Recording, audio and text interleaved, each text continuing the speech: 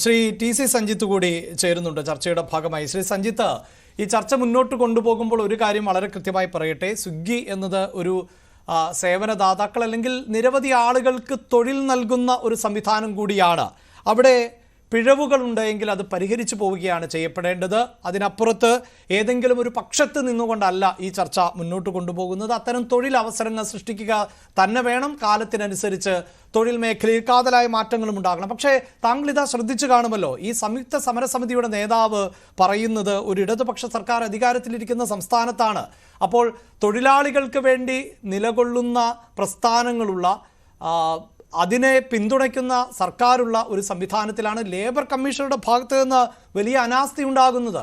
അതിവർ അസംഘടിതർ എന്ന തോന്നലിൽ ആണോ? എന്തുകൊണ്ടായിരിക്കാം സഞ്ജിത്ത് വേണ്ടത്ര ഗൗരവം ലേബർ കമ്മീഷൻ അടക്കം ഈ വിഷയത്തിന് നൽകാതിരുന്നത്?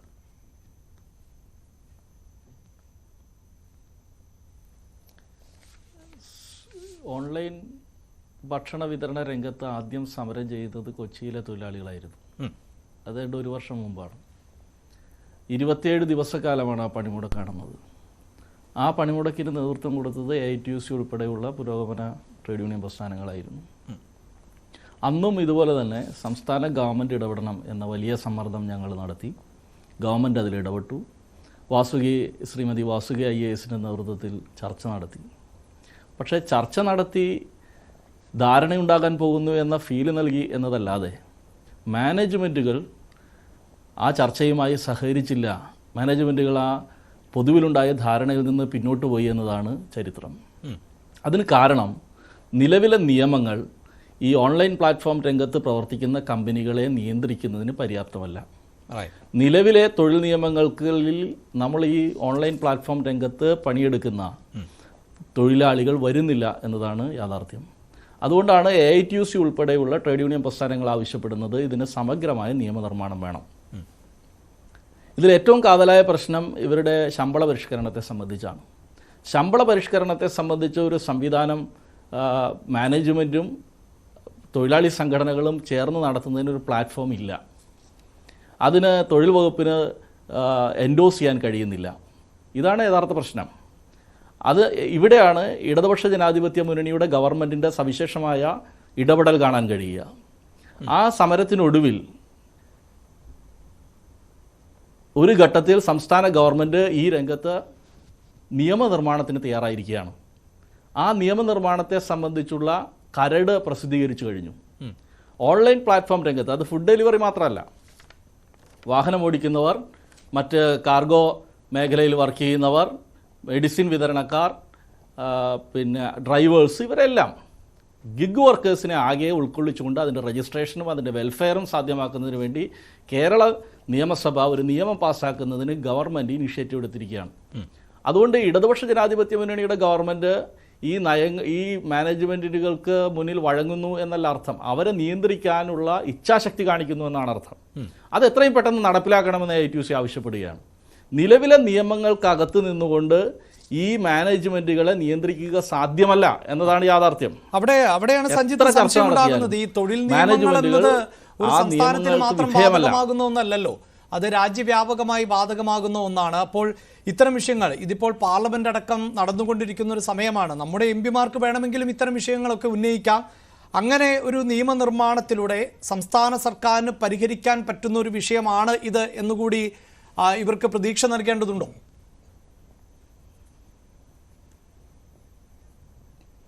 ഇതിൽ കേന്ദ്ര ഗവൺമെൻറ്റാണ് നിയമം നിർമ്മിക്കേണ്ടത് എന്നാണ് AITUCയുടെ സുചിന്തിതമായ അഭിപ്രായം.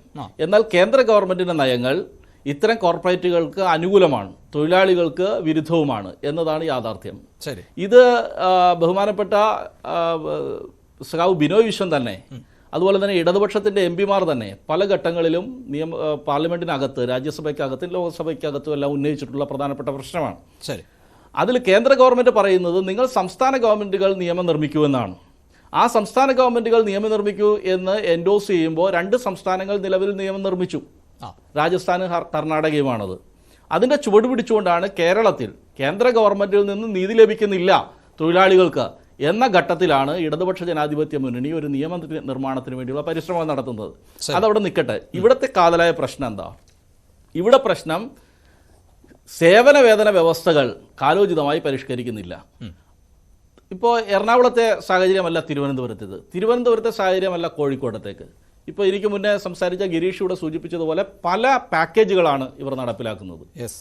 ഇപ്പോൾ എറണാകുളത്ത് ഒരു വിഭാഗം തൊഴിലാളികൾക്ക് 5 രൂപയും മറ്റൊരു വിഭാഗം തൊഴിലാളികൾക്ക് 10 രൂപയും നൽകുന്നു. തൊഴിലാളികളെ ഭിന്നിപ്പിക്കാനുള്ള പരിശ്രമമാണ് മാനേജ്മെൻറ്റ് നടത്തുന്നത്. ഏകീകൃത രൂപം തൊഴിൽ മേഖലയിലില്ല.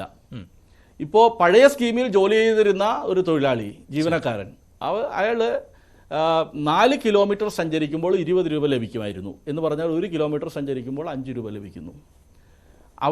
ഒരാൾ അവിടെ നിന്ന് ഓർഡർ എടുത്ത് ഹോട്ടലിൽ പോയി അത് തിരിച്ച് ഡെലിവറി നടത്തുമ്പോൾ അപ്പ് ആൻഡ് ഡൗൺ നോക്കുമ്പോൾ 1 കിലോമീറ്ററിന് 2.5 രൂപയാണ് ലഭിക്കുന്നത്.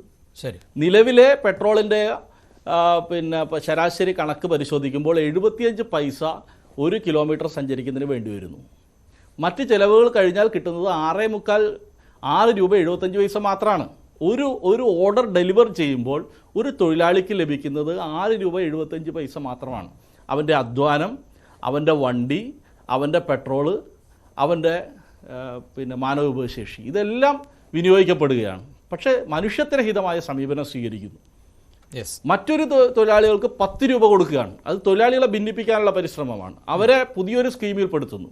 പുതിയ റിക്രൂട്ട്മെൻറ്റിന് പുതിയ സ്കീം. അങ്ങനെയുണ്ടോ? ഒരു തൊഴിലിന് 2 കൂലി കൊടുക്കുന്ന സിസ്റ്റം നടപ്പിലാക്കുന്നു. അത് തന്നെ അങ്ങേയറ്റം പ്രാകൃതമാണ്. അതൊരു ജനാധിപത്യ സംവിധാനത്തിനോ പരിഷ്കൃത സമൂഹത്തിനോ ചേർന്ന കാര്യമല്ല. മറ്റൊന്ന് സാമൂഹ്യ പ്രശ്നമുണ്ട്. നമ്മുടെ തൊഴിലാളികൾ അനുഭവിക്കേണ്ടി വരുന്ന യാതനാപൂർണമായ ഒരുപാട് അനുഭവങ്ങളുണ്ട്.